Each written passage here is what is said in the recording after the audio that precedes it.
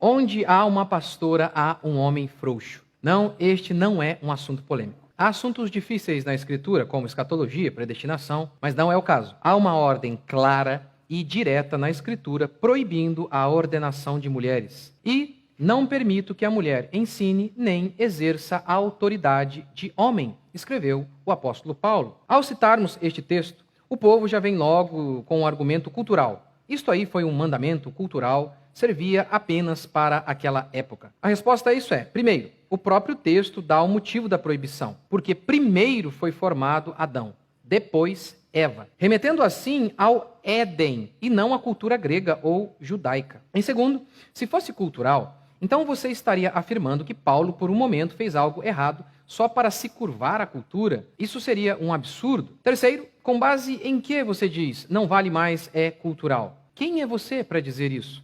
Há alguma outra passagem bíblica para dar apoio ao que você está dizendo? No fim, afirmar que é cultural tem sido a desculpa para desobedecer sistematicamente a Escritura.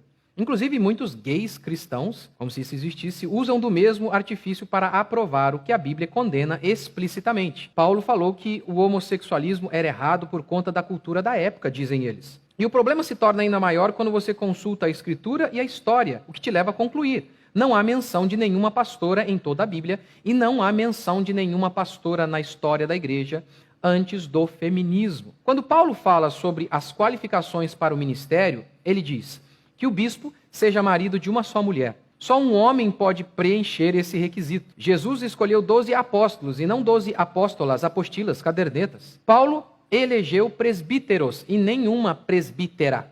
No Antigo Testamento havia apenas sacerdotisas de Baal. Não havia sacerdotisas em Israel. Mas Débora não foi profetisa e juíza? Não, pastora, não sacerdotisa. E profetizar é diferente de ensinar. Tanto que nos dons ministeriais de Efésios estão apóstolos, pastores, mestres e profetas, diferenciando um do outro. Em Romanos 12, Paulo diz que há dons diferentes. Uns possuem o dom de profetizar, outros de ensinar, reafirmando assim que há uma diferença clara entre ensinar e profetizar. E quando você vai para a história, aí só tendo o cérebro corroído pelo feminismo para não conseguir enxergar que a grama é verde, que não tem pastorado feminino. Até 1850 não havia nenhuma pastora em nenhuma igreja do mundo. De 1850 até 1950, 98% delas se mantinham assim. Até 1850, nenhuma pastora. Em 1848 aconteceu a primeira reunião feminista, em Seneca Falls. Não havia uma pastora sequer, nem na igreja católica ou na protestante. Aí surge o feminismo, e de maneira mais oficial, e, pasmem, somente 2 anos depois começam a surgir pastoras. Coincidência, né? Claro que é coincidência. Não. O pastorado feminino tem origem no feminismo. Os movimentos feministas tiveram suas diferenças. Feministas discordaram sobre trabalhar fora. Alessandra Kollontai dizia que colocar a mulher no mercado de trabalho era quase uma condição de escrava. Outras, como Betty Friedan, entretanto, diziam o oposto. As feministas anarquistas acreditavam que lutar pelo direito ao voto feminino era um desserviço. Mas todas elas tinham uma coisa em comum: a crença de que não há diferenças essenciais entre homens e mulheres.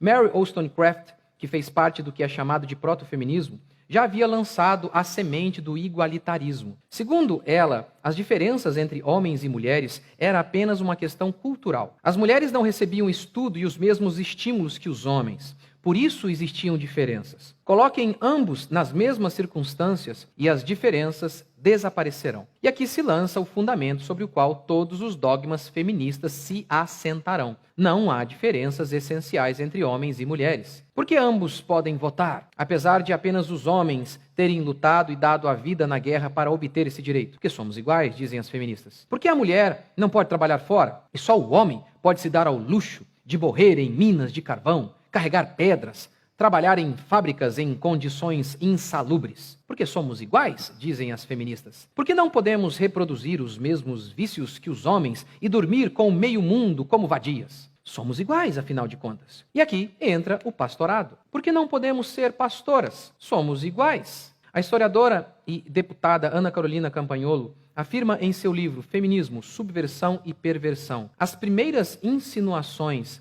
e apologias ao sacerdócio feminino dentro das igrejas começaram justamente com essa mulher, Elizabeth Stanton, que era antipática aos dogmas cristãos. Ninguém, mais do que a Bíblia, mostra a Uai, seu app de vídeos curtos.